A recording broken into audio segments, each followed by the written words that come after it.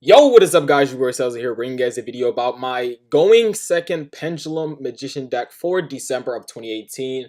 Usually people play this deck going first. They sort of play 3, maybe even 4 negates, maybe 2 if they have a really bad hand.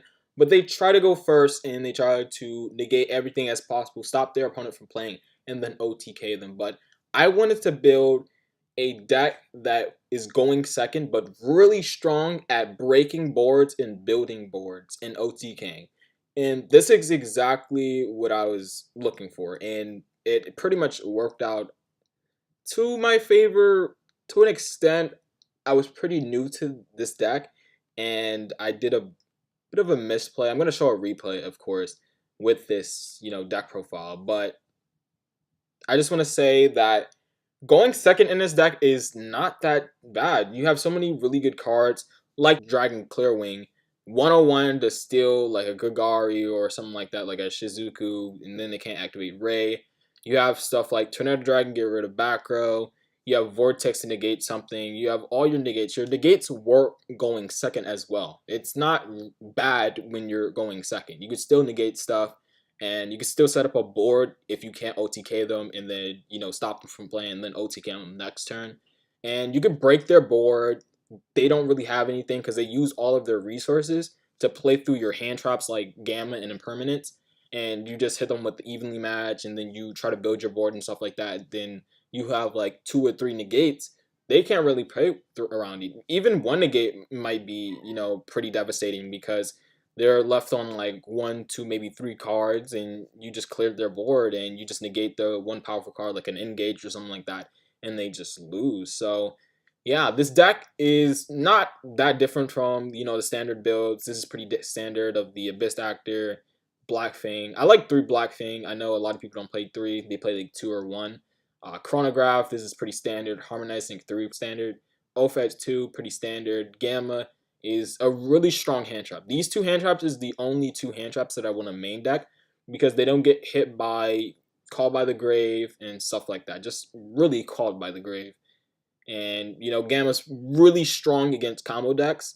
They have to like draw a really good hand to make a full board of what they were gonna make. Like the Rongo deck, they can't really recover from that. They're just gonna go to their alternative plays. So Gamma is just really strong against any deck, pretty much. And going second as well, can stop hand traps. This card is just really good in this deck. I think it's really good going first. I mean, not going first. Going second. But going first, it's just not that good. Like, if you have Gamma going first, unless you know your opponent's playing a deck that has a lot of hand traps, like Trick Stars or something like that, you can bait them into negating your Pendulum Call or your Master Service, and you just hit them with a Gamma and then go into a Mega Steel card from their hand and stuff like that. So Gamma is a really strong hand trap. Impermanence is another hand trap that is really good and doesn't get stopped by Impermanence. And even if you go first, this card is not bad. It's a monster negate and a spell trap card negate in that column. This card is really strong. It's not like any other hand trap. That's why Gamma and Impermanence are one of the best hand traps in the game. These are the best out of like probably Ash because it's so generic. You can hit anything. So, I'm side decking that, but it does get hit by Call by the Grave, so that is why I'm not playing it in the main deck, and instead, I'm playing Evenly Matched. This card is so busted. People do not see this coming, but Evenly Matched is so freaking good. Even against my deck, like, they bait out my negates. They hit, like, Vortex with a Mind Control or something like that, or they Impermanence my Vortex, they bait it out, and then they bait something out again. They can just evenly match me, and I lose all of my cards. Even if they don't have a play that turn, I still have to recover my scales, and I have to get enough monsters to Pendulum Summon. So I'd lose a whole lot from an evenly match. Any Pendulum deck loses a lot from evenly match that resolves. So evenly match is such a powerful card. If you're playing the going second deck, this is you just need to play this card because it just gives you some advantage. And with the meta being so turn 1, set up my crazy board, your move, evenly matched just punishes that all, especially turn 1 where they don't expect you to have evenly matched. So this is a very good card. The other cards are pretty standard, like the Supreme Gaze, Time Gazer, Wisdom Eye, Shrine, Pendulum Call, stuff like that. Dragon Pit is not that common, but it's really good for floodgates. I've been seeing myself hit with like Rivalry Goes In, Zombie World, all of these really powerful cards that pretty much stop you from playing or doing anything at all. You need Dragon Pit because it's searchable and you get to draw it. So there's a chance of you either drawing it or hitting with Pin Call or Wisdom Eye, searching it from the deck into your Pendulum Scale. So Dragon Pit is a really strong card and it just plays around back row. So that is really, really good. So everything else is standard. The side deck is really strong. Ash Blossom is just as a replacement for Evenly Match when I'm going against the combo decks because Ash Blossom is better. Evenly Match is not going to do anything unless you're going against Extra Link. Like Extra Link is pretty good, but if you don't have a bait for Trigate, you're not going to resolve this Evenly Match. So Ash Blossom is just for the Rongo decks and stuff like that. There's not like going into Extra Links and stuff like that. So it's pretty good. Denko Sekka is one of the strongest cards in this game, going second. Against these trap decks and Sky Strikers, this deck, it just destroys everything. They can't activate nothing, and you're free to OTK them. Because you have 5 other cards in your hand. You might not be able to activate Shrine, but they're probably not going to negate it. They're going to wait for Electromite. So you could probably Shrine first, see if they have an Ash, and then activate Denko, because you don't want to have this in your hand because it's going to be a dead card if you summon Denko first. So what you want to do is activate Shrine anyway. See if they have anything. You Dark Worm effect, get your free ad from the deck if you don't draw this, and then you Denko them, they can't do nothing. So that is really good about Denko. It just stops everything. It's just like Red Reboot as well. Red Reboot is just really powerful against these trap decks, which is really, really good. And then I side decked the Mythical Beast engine. Now, you might be questioning, why am I siding a Mythical Beast engine and these are not really real, side deck cards that deal with other decks. Now, these, I'd say 1, 2, 3, 4, 5, 6. These are, 18 cards? These are side deck cards. Your main deck cards are your side deck cards. So you're playing going second.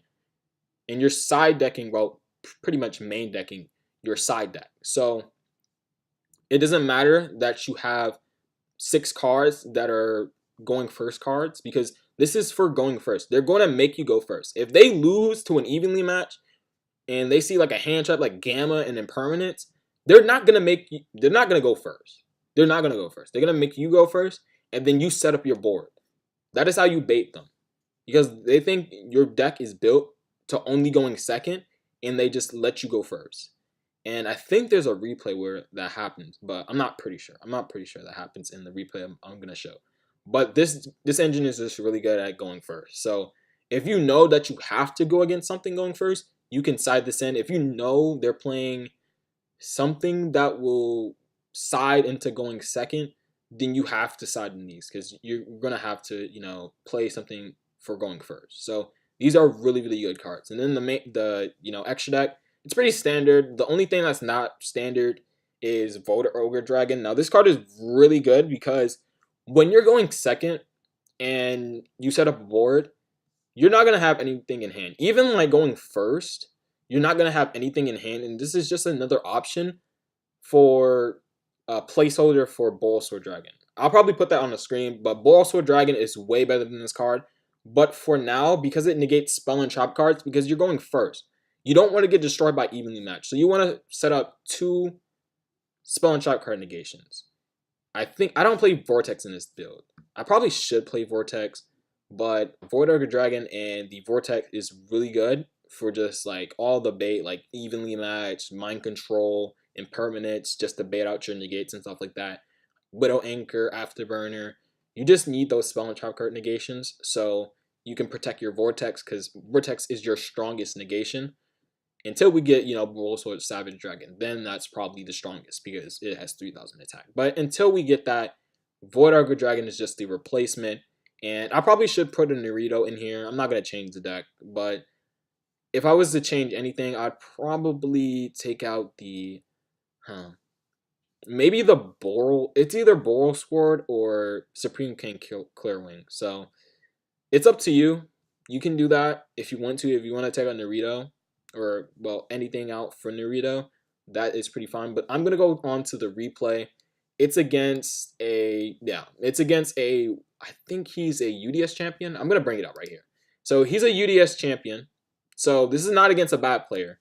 It's a really good player. Like, this guy has topped a lot of events. He's won a UDS. So I'm gonna showcase this replay. It's bad because I didn't know what to do. So he's going first, obviously. And he's playing Sky Sharkers. Now, you're like, oh my god, I want to sleep right now. It doesn't matter. So what I'm about to do is, he gets his area 0 and stuff like that. You see the evenly match in my hand. Now, nobody expects evenly match when you're in game 1. They just summon everything. They set everything on their board, and they're just like, herder, try to play through my board. And I just evenly match them, and they just lose. So what he's gonna end on with 3 cards in his hand, and I just evenly match him. I get rid of 6 cards. 6 cards for 1. And there's no way you were dealing with that board unless you had a Danko. There was no way. You just lose with that many cards on the field. So going second is just really strong. And at this point, there's no way for me to lose. Like, I think I got into a point where I was top decking because I think I did a misplay, but I probably should have made Dweller here. No, I can't make Dweller. I probably should have made a 3rd negate because I couldn't go into my battle phase. So that's why I didn't make Dweller. That's why I didn't make anything else to OTK and stuff like that. I made Gumblar instead, but I should have made a 3rd negate because, well, a 2nd negate. Because even though he only has 3 cards in hand and, well, 4 in the draw phase, he could probably play through it because he had like Widow Anchor and stuff. So Widow Anchor is just really strong Afterburner. If they have that plus engage, like, you're not going to have a negate at all. So that is why it's really important to set up 2 negates when you break people's boards, because they're probably going to be able to play through it because of something like Sky Shakers. Like, if it was any other deck that doesn't have much of a grind game, something like Alter Guys, Alter Guys have a really good grind game, but like something like Dark Warrior, they don't have a grind game. You don't really want to, you just destroy them, set up a negate, and then like they can't really play through that negate because they only have like 1-2 cards in their hand, and you usually just destroy them. But against like Sky Sharkers, Alter Guys, something like that, you really want to set up like 2, even 3 negates if you can do that. So that is really good. So moving forward into this turn, like, I pretty much win at this point. I'm left top decking, but yeah, like, I top decked with Wisdom Eye. That was pretty good. Like, even like I don't think it was that bad if I didn't top deck the Wisdom Eye, but then again, I top decked the Wisdom Eye, and I was able to kill him, obviously, because I had Dweller and he couldn't activate right. So it was up to me top decking. I probably did a oopsie, but I probably could have won if I put up like 2 negates instead of Gumblar, because Gumblar is not that good, to be honest. So this turn, this is when I wasn't playing the Mystical Beast engine, because you just draw your cards going second. See, if you draw your going second cards going first, you don't want to do that. And exactly, he makes you go second. Like, a good player knows that you're playing these going second cards, so they're going to make you go first. So this is when you side in your Mythical Beast engine. So if I had the Mythical Beast engine, I could have made Electromite, and I could have got a free card off of Electromite and the Star Pendulum Grab. And he couldn't hit me with spell cards. So I would have made my board. I probably would have had 2 or 3 negates, probably 2. And I probably would have had a Vortex. Depends on what I draw, but I would probably have a Vortex. I'd have a Harm in hand. I would have an Oafen Scale. I would have a Harm in hand. And I would have a Master Cerberus, I believe, in my hand. And I would draw a card, so an extra card. So that would probably be 2 to 3 negates. And I think I messed up because I didn't have the Master Cerberus and the Jackal in the side deck to side deck these in for going first. So that is why I lost this game, Because there's no reason for this Sky Striker player to lose if he's going second and I do nothing. He's just going to set up his board. He's going to, set everything up. He's going to get a whole bunch of advantage. And, yeah, I probably shouldn't have, even in this situation, I shouldn't have, summoned set the harm and activate the Pendulum Graph, because he could just Afterburner my card and I just lose both of them anyway. So I just scoop it up because I did an oopsie. I could have evenly matched them and not set anything on my field and just evenly match them, and I would have won. So this game 3, this is pretty bad. Now, I'm not gonna lie, I brain farted. I'm not even gonna lie. I did a really bad play, I believe. I don't think that I did anything necessarily bad after that, but this big misplay is probably the worst misplay I can ever do in my life. I'm not sure, but let's move on. So I activate Worm. So yeah, I don't think I misplayed. Yeah, because I couldn't activate Worm again.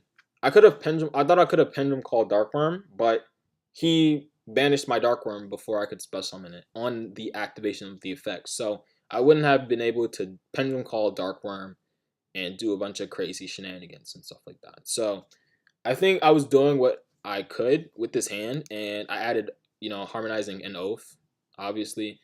And I just tried to break through his board, and I just really couldn't, really. I think I could have added, what is that card? I forgot what that card is. The Gate 0. I could have added the Gate 0 with Dark Worm. I'm not sure. Maybe, did I draw it? I don't think so. Or maybe this didn't get the effect. I think I brain farted and I thought it got called by the grave, because that's usually what happens. They don't really Shark Cannon. They call by the grave and they, banish the Dark Worm. And I think I brain farted there. I don't think I brain farted on the Pen Call Dark Worm, because that wouldn't have been a case, because I couldn't have activated in the graveyard. But I could have got a +1 in my hand. But I probably would have lost anyway, because I do lose this next game. I'm not even gonna lie. So I make Omega just to snipe something out of his hand. If I had Brawl Sword Savage Dragon, I probably couldn't have made it anyway, because I didn't have a link. But, I just sniped something out of his hand. I try to fight through this. But he does have a lot in his hand, and once, Sky Strikers get going, you can't really do anything. I probably should have won game 2 as well. But, yeah, it's just be like that sometimes, And I think he went second as well. So, maybe I should have went first again. But, we always make misplays, boys. We always make misplays. But it's okay. Because, yeah, I just can't play through anything right now. I'm just trying to fight through it because I don't want to just give them a win. You really want to play these out. You don't want to, give it out unless you know you're losing. But at this point, I probably would have lost. I probably do lose at this point. Even if he had, a really bad hand. He could do a lot of things and just beat me. So, he does win the game. I think the biggest takeaway from this replay is to side your going first cards. You don't want to not side your going first cards and just lose because they make you go first and you draw into your going second cards and they beat you. So hopefully you guys enjoyed this very long video. This was just a bit of a showcase of how the deck run. It wasn't really, multiple replays, because these replays are very long. I played this man for I think about 50 minutes. It's been 41 minutes. 41 minutes. This is a very long duel. And me being devastated by the fact that I didn't side the Mythical Beast engine was pretty bad. And that's why I played the third game out, even though I know I lost. But yeah, hopefully you guys enjoyed this video. Maybe just test out the going second build that I showcased in the beginning of the video. And yeah, I hope you guys enjoyed the video.